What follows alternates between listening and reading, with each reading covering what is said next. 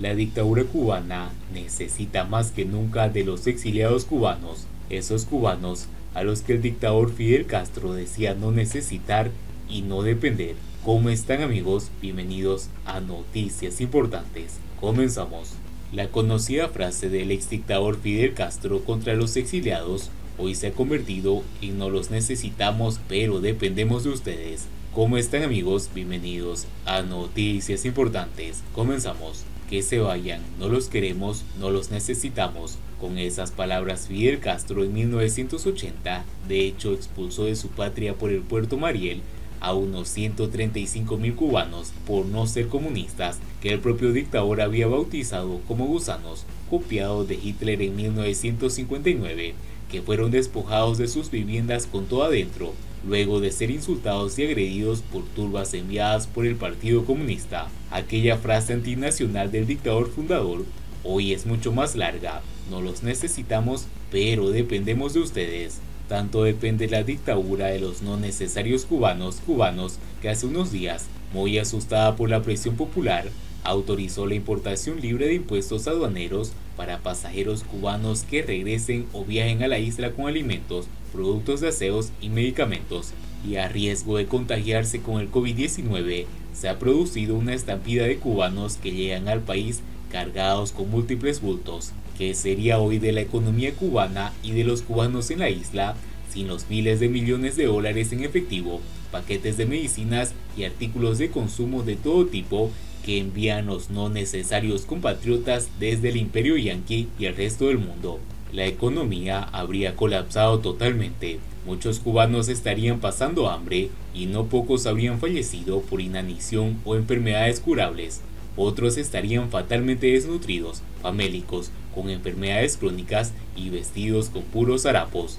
Nunca en la historia, que se sepa, una tiranía ha culpado al extranjero de los males nacionales y del atraso económico-social, cuando ese otro país, con dinero y paquetes, es el que impide que dicha dictadura se hunda en el mar y el pueblo pase hambre o muera de enfermedades curables.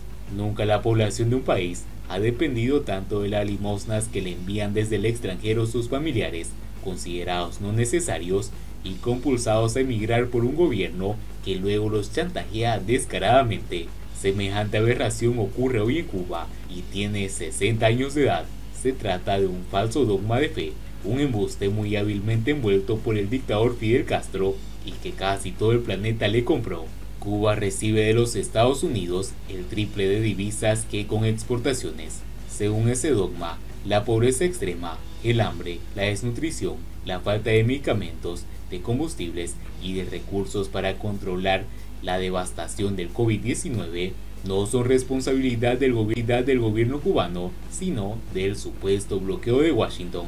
Sin embargo, sin las divisas y recursos que llegan a Cuba desde los Estados Unidos, el castrismo habría desaparecido en 1991, cuando falleció el Paganini soviético. Pero, tan malvado como astuto, Castro I, al acabarse los subsidios de Moscú, legalizó la circulación del dólar y se dispararon las remesas y los viajes de los cubanos a la isla cargados de billetes verdes. Para no ir muy atrás, en la última década los cubanos, esos no necesarios, enviaron a Cuba 57.269 millones de dólares desde los Estados Unidos, sumadas las remesas en efectivos por 29.948 millones de dólares y 27.321 millones de dólares en mercancías, según un estudio realizado por The Havana Consulting Group.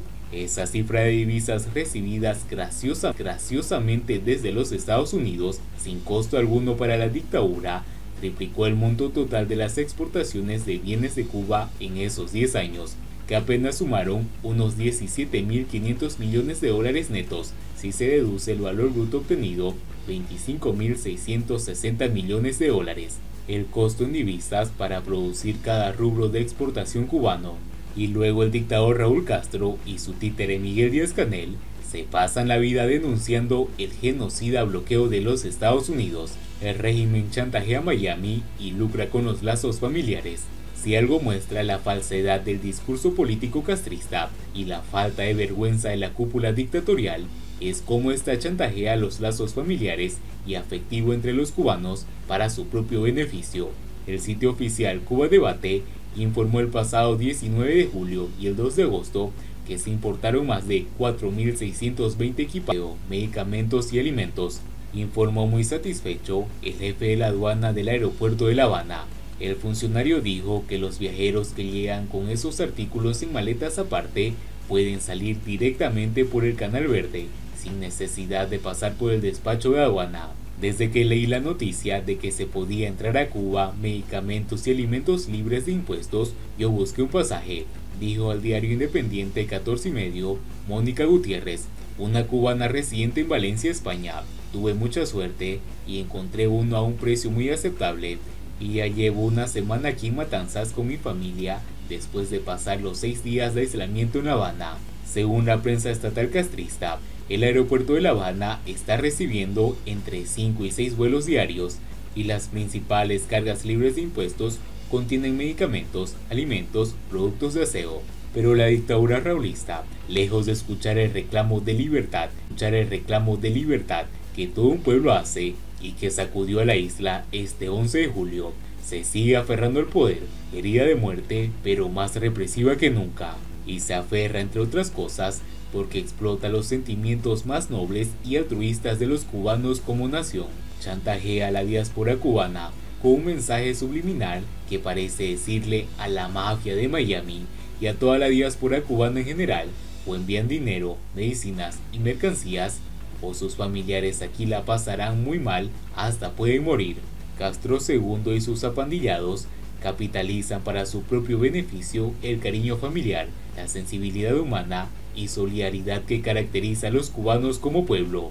Mientras tanto, Estados Unidos sanciona a 2 oficiales del Ministerio del Interior y a las tropas de boinas rojas. Las sanciones fueron emitidas de conformidad con la orden ejecutiva. La Oficina de Activos Extranjeros, OFAC, del Departamento del Tesoro de Estados Unidos sancionó el pasado viernes a 2 oficiales cubanos del Ministerio del Interior y a las tropas de prevención, TDP, del Ministerio de Fuerzas Armadas Revolucionarias, MINFAR, también conocidas como los Boinas Rojas, por su relación con las acciones para reprimir las protestas pacíficas y prodemocráticas en Cuba. Además de las tropas de prevención, la tercera ronda de sanciones desde que comenzaron las protestas del 11 de julio de 2021 están dirigidas a Romarico Vidal Sotomayor y a Pedro Orlando Martínez, ambos oficiales del Ministerio del Interior de Cuba.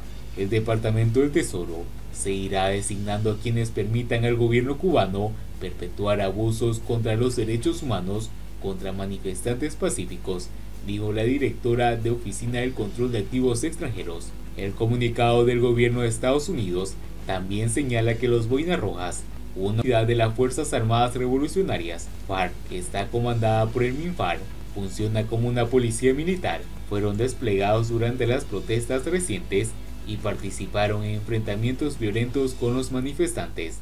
Y bien amigos, así vamos terminando las noticias importantes del día de hoy. Espero que las noticias hayan sido de su agrado. No olviden que nos ayudarían mucho compartiendo las noticias y así poder informar a muchas más personas de la verdadera realidad en Cuba. Patria y vida mis hermanos, nos vemos en el siguiente